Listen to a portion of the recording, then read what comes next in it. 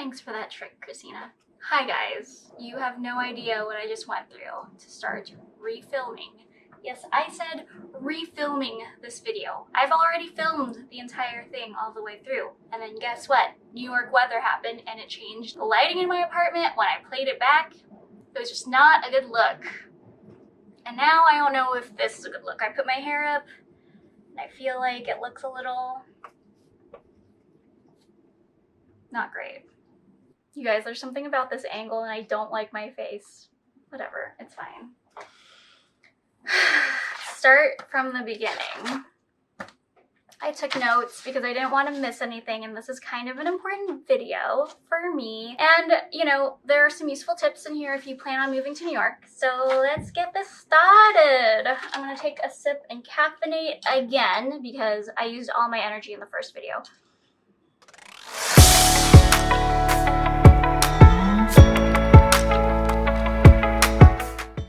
Guys, welcome. If you're new to my channel, I have a few new subscribers and I thought that I would make a chatty video to spill some tea as I sip some tea. This is actually black coffee. And tell y'all about my first year living in New York. This photo popped up in memories a few days ago. It reminded me that, my goodness, I have been a New York resident for the last year, and it has been a roller coaster. But before I get into the story about why I moved, what happened when I moved, how I got to where I am today, I wanted to disclose some disturbing and pertinent information that I found out at 4 in the morning today, because apparently I can't sleep through the night anymore. 98.9 Ooh, that 0.9 kills me. 98.9% of the people who watch my videos or who have been watching my videos are not subscribed to my channel. So thank you for the 1% who are subscribed, but if you're not, I will give you a few seconds to hit that subscribe button. Yeah, no, I insist. Go ahead and subscribe because I am pumping out new content every week, sometimes more than once a week, because I've got nothing but time in quarantine. I'm alone. I have no one to answer to. I have my camera. And I can't say that, like, I'm that interesting, but just subscribe. Let's get into the juicy, salacious details of my first year in New York. Oh, and by the way, I have a notebook and I took some extensive notes that go on for 4 pages. And I will be referencing that because there are some good details that I don't want to miss. So if you see me looking down, if you see me flipping through pages, it's just notes to reference for this video. So at the beginning of 2019, I was going through a really rough breakup. And it was like, we're on amicable terms, but this was the kind of breakup that I just thought my life was going to be really different. Like, I thought I was going to be engaged in Tennessee, but I'm in New York, so clearly things didn't work out. And around the same time as I was going through this breakup, my really good friend accepted a job offer in New York and was like, why don't you move to New York and stay with me and just get a fresh start? You could be whoever you want to be. And like, this was really enticing to me. Not necessarily because I wanted to move to New York. New York, I've always felt very lukewarm about. I was never one of those people who were like, oh my gosh, it's been my dream to move to the city, to the East Coast. I am a California girl through and through. So the idea of weather scared me. The idea of like not having a car scared me, but at the same time, it really excited me. So before I gave the yes, I decided to take a 5-day trip to New York. And of course, I happened to choose the coldest week of 2019. I'm not even kidding you. It was like polar vortex levels of cold. When I arrived, I was trying to take the air train from JFK to Upper West Side. And I thought I was going to die. It sounds so dramatic right now, but I literally thought my kneecaps were going to freeze off. I was going to fall into the subway and get hit by a train. That did not happen. Weather aside, I actually ended up really thinking this can be such a great opportunity for me. So After that 5-day trip staying with my friend, I was like, let's do this. I'm gonna move to New York. I quit my job. And they actually let me work freelance on a few clients as I got my bearings in New York. But yeah, I quit my job, I told my family, and by March 28th, I was on a one-way flight with my dog and 4 suitcases to New York.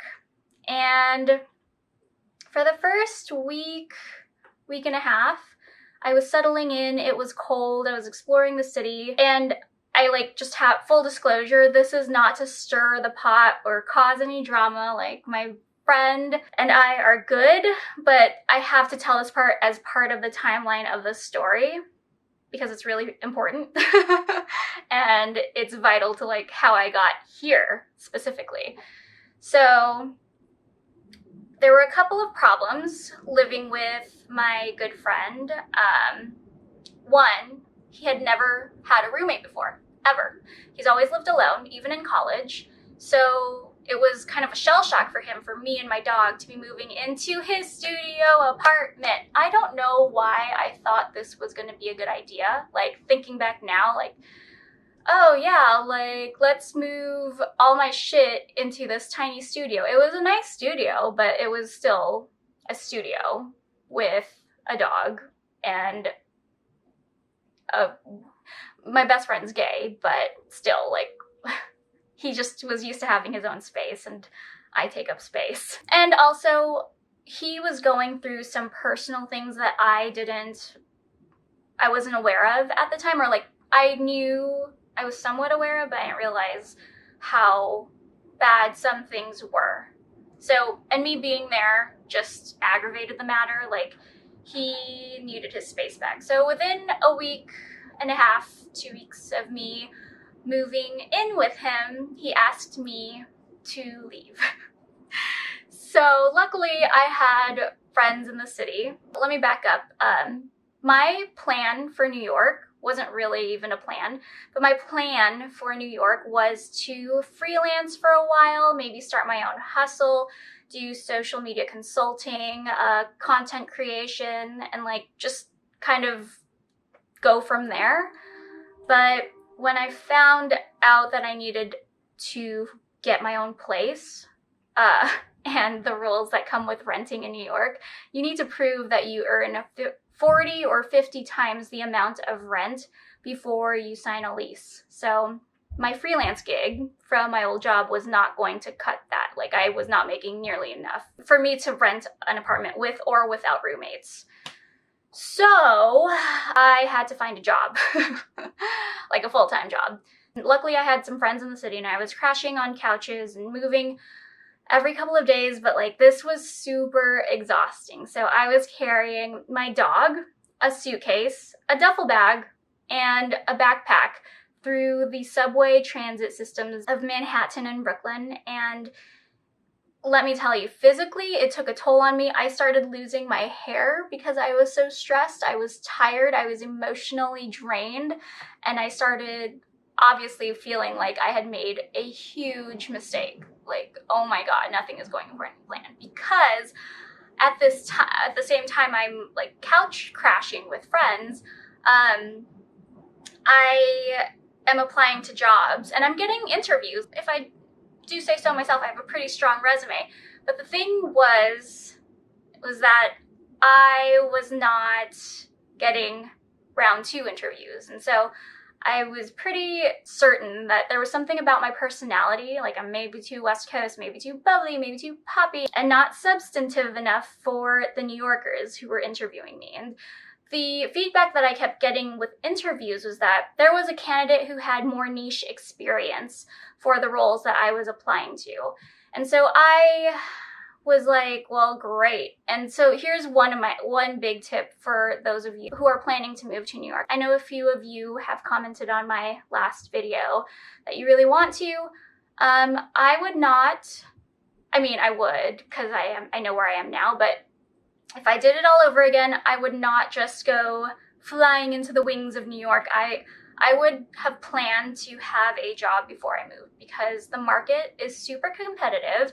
It is saturated. People here are really, really smart. They have just as good resumes as you, if not better. They know the grind. I will be the first to admit that LA has a more laid back job market. New Yorkers, it's a rat race, right? So, and we all know this. It's true. I was getting rejected job after job. I was living like a gypsy. And the one constant thing that I had in my life, praise be, was my boxing gym, Gloveworks, and my boxing coaches. So after one of my boxing sessions, I was telling my coach, Jacob, about my situation, and I wasn't like looking or expecting anything. I was just like venting about how shitty everything was.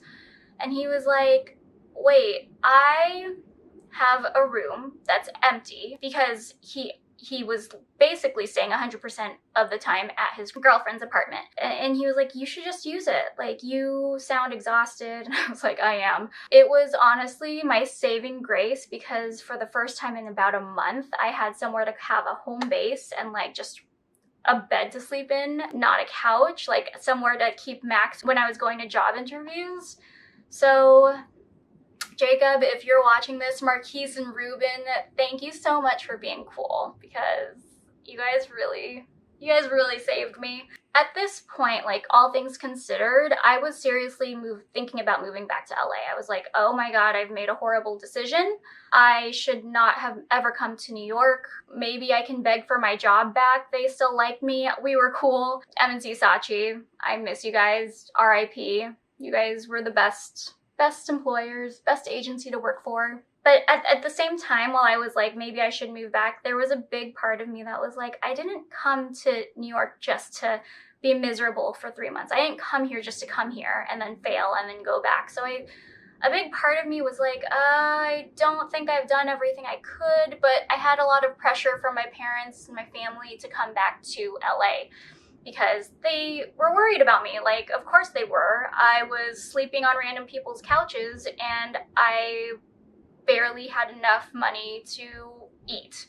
So yeah, they were right to worry, but at the same time, it was adding a lot of stress to my life, because I was like, I'm aware of my situation. I was just trying to make it work. I made a very big note about this, but I was so stressed out that I was starting to lose my hair. Like, thankfully, I've recovered, but I was losing a lot of hair. And it was, if you know me at all, my hair is important to me. It was scary. I was so stressed out that I was balding, essentially. So this next part I remember very distinctly.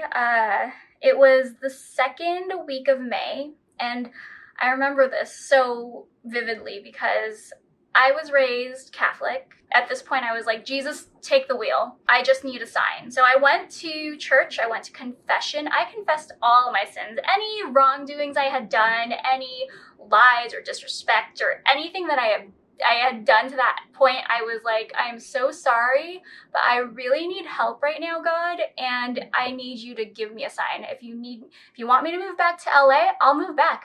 If you want me to stay in New York, I'll stay, but I just need a sign in either direction right now, because I was at a loss. So that was on a Monday. I went to confession on a Monday. And on Thursday, I had just finished speaking on the phone with my sister. I remember this. And I had one tab open for Google Flights because she was offering to pay for a one-way ticket back to LA for me. And I had one tab open for LinkedIn. And I got a little ding message from the LinkedIn tab, and it happened to be a recruiter who had just heard about a position that was opening up. It wasn't posted or listed anywhere because the girl who had the position literally had just given notice that day, I think. And so when the recruiter told me about this opportunity, I was like, wait, this sounds way too good to be true. First of all, a nonprofit organization that's changing the world. Second of all, I get paid to do social media and travel the world. Sorry, what? And I'm not gonna talk in a lot of detail about the nonprofit. If you do some very light social media stalking, you will figure out very quickly which nonprofit I work for. But anyway, This nonprofit gets a majority of its funds from throwing galas all over the world. And I had interviewed for the position on Friday. And I got it. And the next week, I was on a plane headed to the south of France for the biggest event of the year for them. And then, oh, I forgot to mention, the day after I got the job offer, I found this apartment. It was the second apartment I saw. I saw one other place in Brooklyn on Pineapple Street. I actually really liked it. It was very cute too, but this place it was so much closer to where the office would be. It was in Manhattan, and it had a lot of updated amenities. Or not amenities. It had a lot of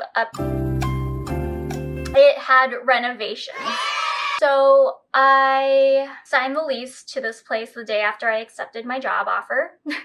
And then I was headed to France. And then my life in New York started looking up, and I traveled a lot that summer. The friend that I originally moved to New York to live with, he and I made up on my birthday, actually, on my 30th birthday. He came to my little picnic celebration, and things were good. Obviously, it was a really shitty situation, but I'm not the type to hold grudges because we just got in over our heads about how things were gonna be. Anyway, at that point, we were in much better places in our lives. It was fine. Things worked out the way they were supposed to. It was water under the bridge. We're still good. Yeah, 2019 for me was really good. I ended with a bang. I traveled a ton. I was doing really well at my job. I was acclimating to the city pretty well. So that brings us to today, June of 2020. Wow. Yeah. I have been at the epicenter of the coronavirus in the US. I've been quarantined alone for the last 3 months. I haven't gotten a full night's sleep in the last week and a half because of the protests and police sirens and helicopters that are outside of my window at night. And I wouldn't change a thing. I know earlier in the video I said that if I could have come here with a job, I would have, because that honestly would have led to more stability. But ending the way it has for me, I'm not dying. The way things have gone, I truly would not change a moment of it, because the struggles that I went through make me appreciate the life that I have now so much more. I am not some spoiled LA girl. I was balding. I really worked hard and grinded hard to be where I'm at now. And so my message is that if you really want something, don't give up. Don't go home with your tail between your legs, because you never know what's around the corner. I really wouldn't change a thing.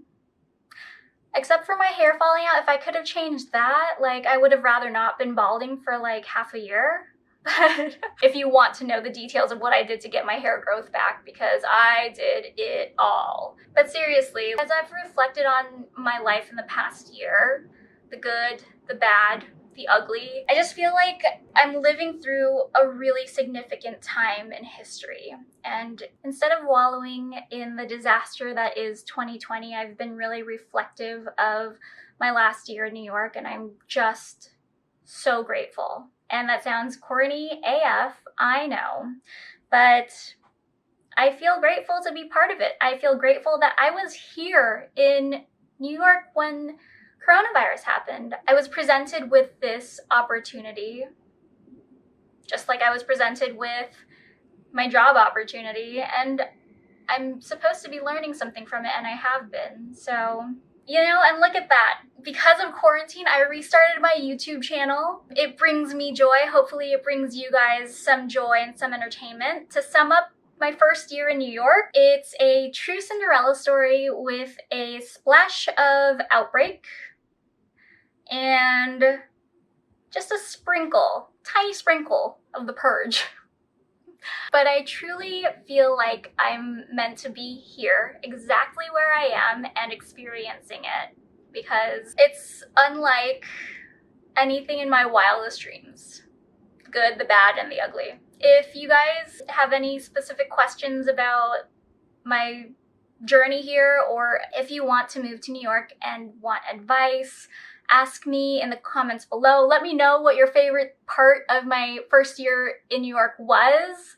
For me, I get really happy talking about it because it makes me remember all of those deep feelings of, oh gosh, I'm not good enough. I keep getting rejected to every job I'm applying to, man, I'm on top of the world. So it's a true come up, you know? And we like those here. I want to celebrate your successes too. So let me know if you have a similar story, or if you're still working on yours. I can provide some cheerleading on the sidelines. I hope you enjoyed this video. If you're not already, please subscribe because it's free, one, and two, it would help me so much. We're all just here to help each other out, yeah? Let's spread the positivity. All right, guys, well, that is it. Happy 1 year in New York to me. I will see you guys in the next one. Bye.